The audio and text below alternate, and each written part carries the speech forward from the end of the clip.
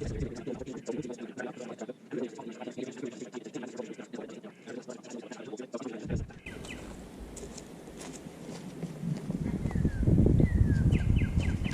what's up guys? It's Triple Nipple Nick here, and today we're going to be doing a book review and summary of Healing with Whole Foods by Paul Pitchford, Asian Traditions and Modern Nutrition.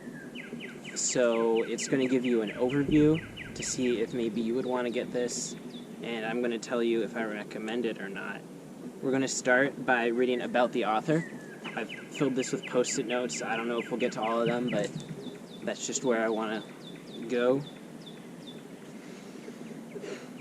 After a brief career as an award-winning engineer in the aerospace industry, Paul Pitchford had an epiphany regarding the nature of his life work and felt guided into the healing and awareness arts. He began 8 years of training and apprenticeships with masters of pre-revolutionary traditional Chinese medicine, Eastern nutritional therapy, and Tai Chi and Zen meditation. At the same time, he became an avid food science researcher and worked with several legendary nutrition and herbal luminaries, including Dr. John Christopher. And that's not the whole about the author, but that'll just give you a basic idea. And, yeah, we'll start with the table of contents. The book starts with a section called Access to Healing with Whole Foods, the title of the book. And that's just going to talk about the nature of the book and the whole spirit behind it. So it's a mix of modern nutrition with Ayurveda and Chinese medicine. Ayurveda is similar to that. And then the first section is about whole foods, and it basically talks about how whole foods are generally going to be healthier than non-whole foods, and that's kind of a whole theme in this book. For example, there's a big calcium deficiency in our modern population, but calcium can't be metabolized properly without magnesium. And when you don't have magnesium, calcium is stored in the soft tissues rather than the skeleton. And so taking a calcium supplement and not a whole food with calcium and magnesium and other minerals is going to be inferior. This section also talks about GMOs. I'm just gonna take a second to get to that. So that's another example of how whole foods are generally better than non-whole foods, and he just talks about things like that, like for genetic engineering, for example. He just goes over certain points, like saying the biotechnology industry promises that genetically engineered crops will reduce dependencies on poison sprays and represent a solution to feed in the world's poorest countries. The reality is that GE crops have frequently been engineered by biotech companies to resist their own broad-spectrum herbicides. They kill everything except the genetically engineered crop. These companies are creating markets for their own unsustainable products. And then he'll give a list, I'll put it up to the screen, of refined, denatured foods and the quality choice. And so he's drawn a distinction between something like refined sugars and some unrefined sugars. And then like sesame butter versus wholeness, tahini. And then like white flour versus whole wheat flour, refined oils versus unrefined oils, which are pretty rare. And then dairy, for example, is almost always homogenized or pasteurized nowadays. And then the next section, he's going to get to integrative nutrition, and it's more just talking about the whole concept of the book. And he gives a little chart here that has clearing emotional turmoil with remedies from above and below, and it mentions awareness practices such as meditation, and then nutrition from below. If you saw the post that I just wrote, Great Chain of Being, if you're familiar with Ken Wilber's work, you'll get a hoot out of that. But basically, this is just a model for how to look at the big picture and not just nutrition. And then he talks about protein in the beginning, and how basically in our culture we're pretty protein obsessed. And really, people will often eat 2 to 3 times the recommended protein intake than if they're allowed to. And really, we don't need as much protein as we think, and there's actually a lot of degenerative diseases that can be caused by excess protein. Next, he talks about just some basic diets that he thinks you can gain wisdom from, such as like the paleo diet, just in the sense that it's based off of whole foods. He talks about plant-based and Chinese rural diets. And that's where we get a lot of the Chinese medicine from Chinese rural diets. And then he talks about fully vegan diets, and if I remember correctly, he has eaten one for quite a long time. I think it was decades, and he says they're a good option, but they're he doesn't necessarily recommend them. And I use this book to transition to a vegan diet. But one thing I like about it is that it's just as valuable if you're doing that or you're not. And the principles apply to really any kind of healthy diet.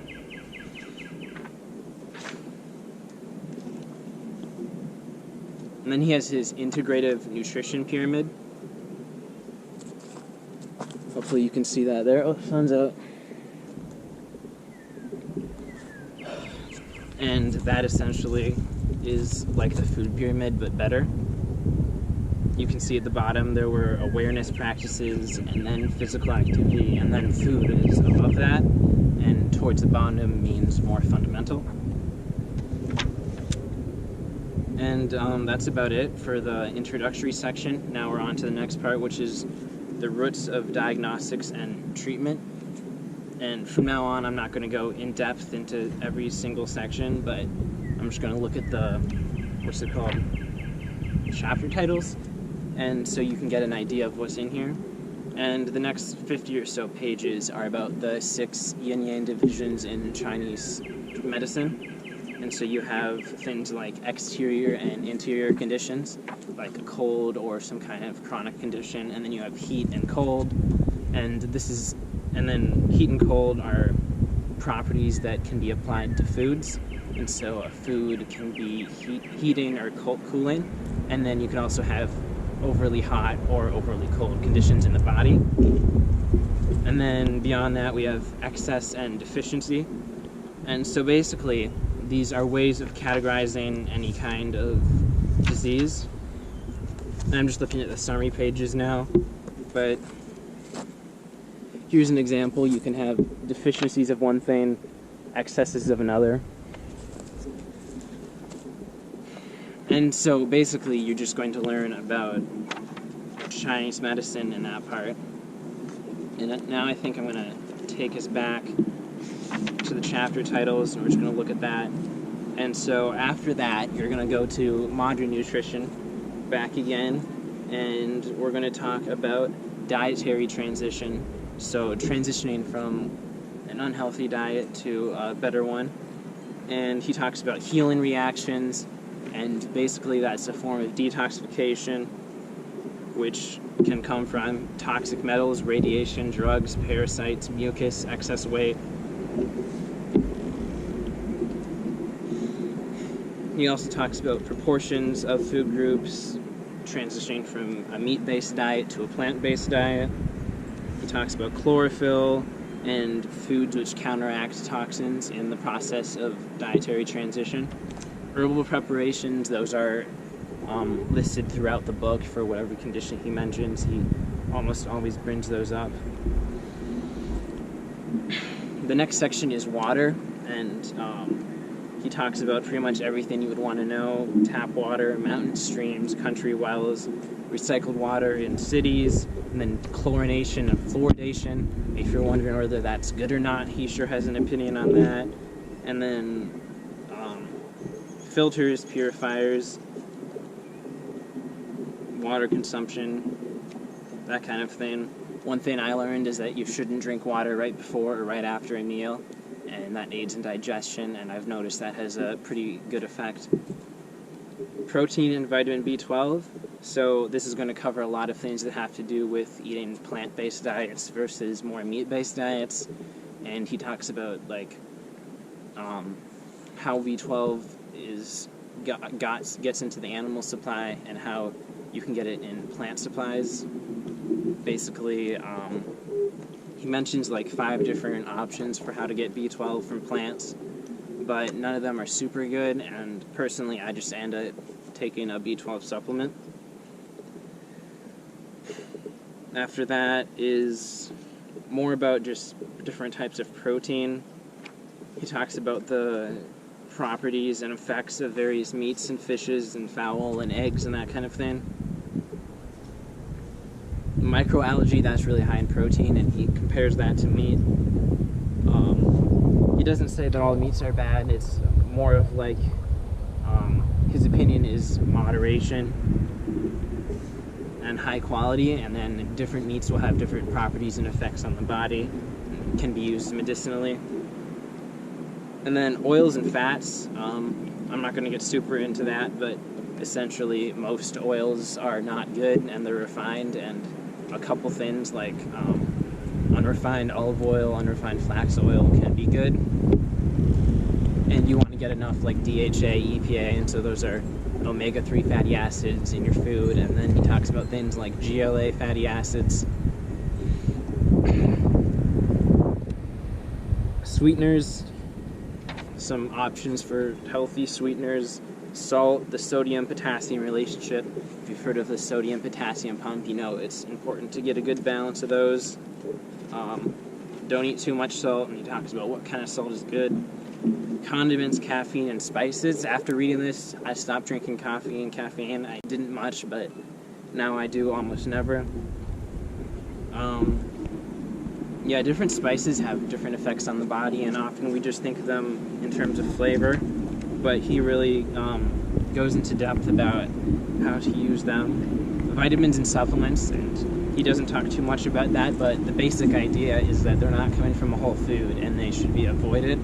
But of course there are certain situations in our modern society that lead us to sometimes needing them. Calcium, he talks a lot about calcium. I mentioned some stuff about that earlier. Green food products, so that's going to be microalgae, blue-green algae, spirulina, chlorella. He talks a lot about those, and that's really interesting. I started growing my own wheatgrass a little bit just to try it out after reading this. Enjoyment of food. He talks about chewing. I think it's called flexitarianism, when you chew your food a lot.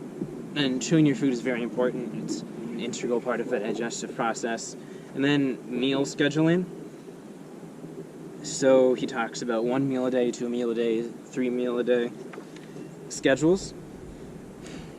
And then food combination. This is something I'd never heard of. It's not really a part of most things you learn in nutrition, but I found it really interesting, and certain foods just don't digest well when combined with certain other foods. And then he talks about fasting and purification, and so how you can use fasting.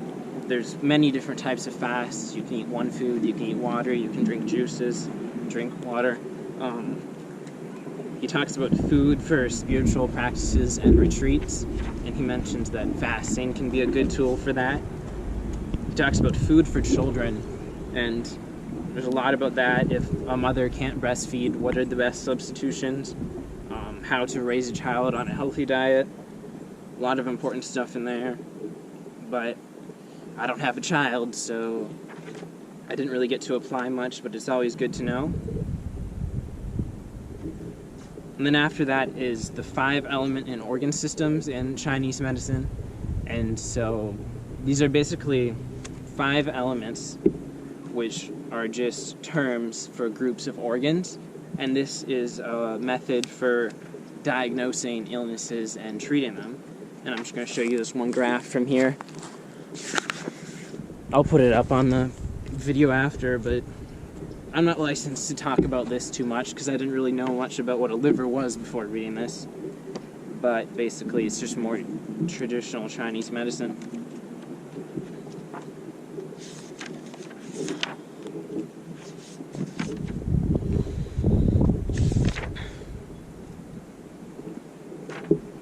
Okay, then the next part is he takes a look at various diseases and dietary treatments in modern nutrition. and he talks about a lot: blood sugar imbalances, the stomach and intestines, blood disorders, cancer, and regeneration diets. And I found that really interesting. There's a lot of really good research that a healthy diet can have a very good effect on cancer. And he talks about other degenerative disorders: alcoholism, AIDS, multiple sclerosis, schizophrenia. All of these things, they are affected by the food you eat. And then the next section, and this is something that I think is very enjoyable, is recipes and properties of vegetable foods. And it's basically just a cookbook, and he talks about the properties within Chinese medicine and just overall of plenty of foods. He talks about cooking and which kind of cookwares are good. So maybe a cast iron pot is going to be a little bit better than a microwave for your health. He goes over a dozen or so grains, breads, how to naturally leafen breads, legumes, nuts and seeds, vegetables, sprouts. And then he has salads with recipes, seaweeds, soups, sauces, condiments, spreads, pickles, grain and seed milks, rejuvenac, which is like a fermented kind of thing, and yogurt, fruit, desserts, and then a summary, which relies on Ayurvedic medicine, an epilogue. There's a parasite purge program at the end of the book and an appendix, and another appendix on the health effects of root canals, which turn out to actually be pretty damaging.